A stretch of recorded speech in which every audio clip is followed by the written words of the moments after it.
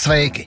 Gribu jums parādīt, kā pareizi nosiltināt slīpo jumtu, izmantojot akmens vates izolāciju. Siltināsim augstas energoefektivitātes klases ēkas jumtu, tāpēc izolācijas slāņa biezums būs pietiekami liels. Vispirms parunāsim par darba aizsarga apģērbu, strādājot ar minerālu vati.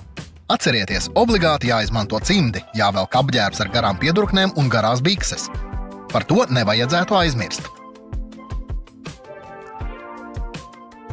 Sākam ar to, ka vispirms jāizmēra attālums starp spāru iekšējām malām, lai zinātu, kāda platuma akmens vates plāksnes izmantot. Attālumu mēram vairākās vietās. Mēram apakšā nedaudz augstāk precizējam platumu, skatāmies, vai attālums ir vienāds. Attālums ir vienāds. Ar ko tad sākam slīpo jumta siltināšanu? Izvēlamies atbilstošu izolācijas biezumu. Šajā gadījumā mums ir spāres, kuru augstums ir 40 cm.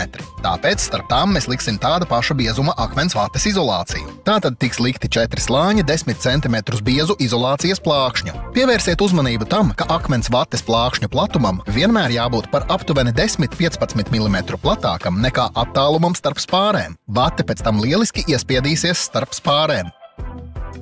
Siltināšanas darbi jāsāk ar jumta zemāko vietu, bet tā kā mūsu jumts ir slīps, tad jāizmēra tā slīpuma leņķis un pirmās plāksnes mala jānogriež attiecīgā leņķī, lai tā piekļautos augšējam sienas baļķim.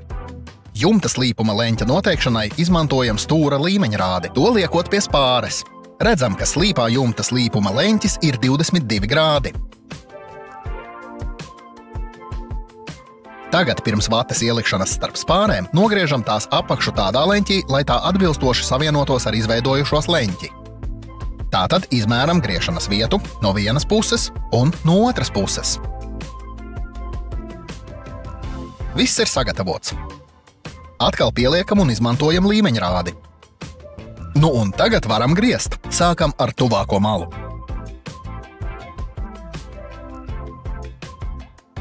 Apgriezto vati tagad varam ievietot starp spārēm.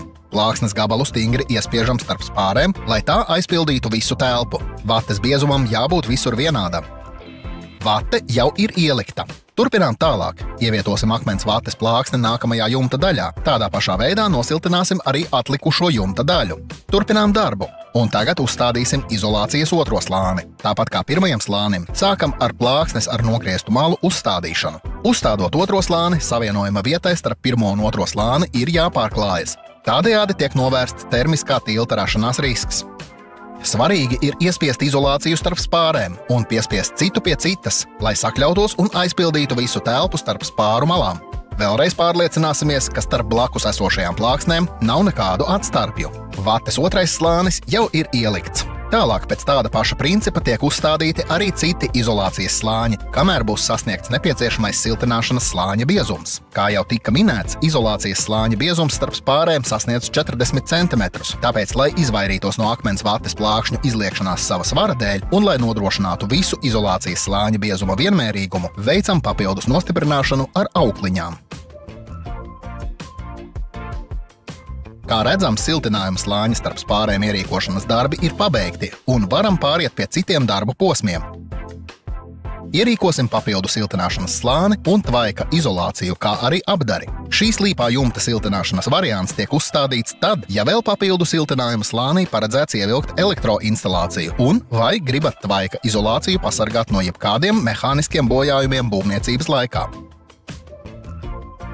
Tad šo tvaika izolācijas slāni ietilpinām starp spāri un papildu siltinājuma slāni.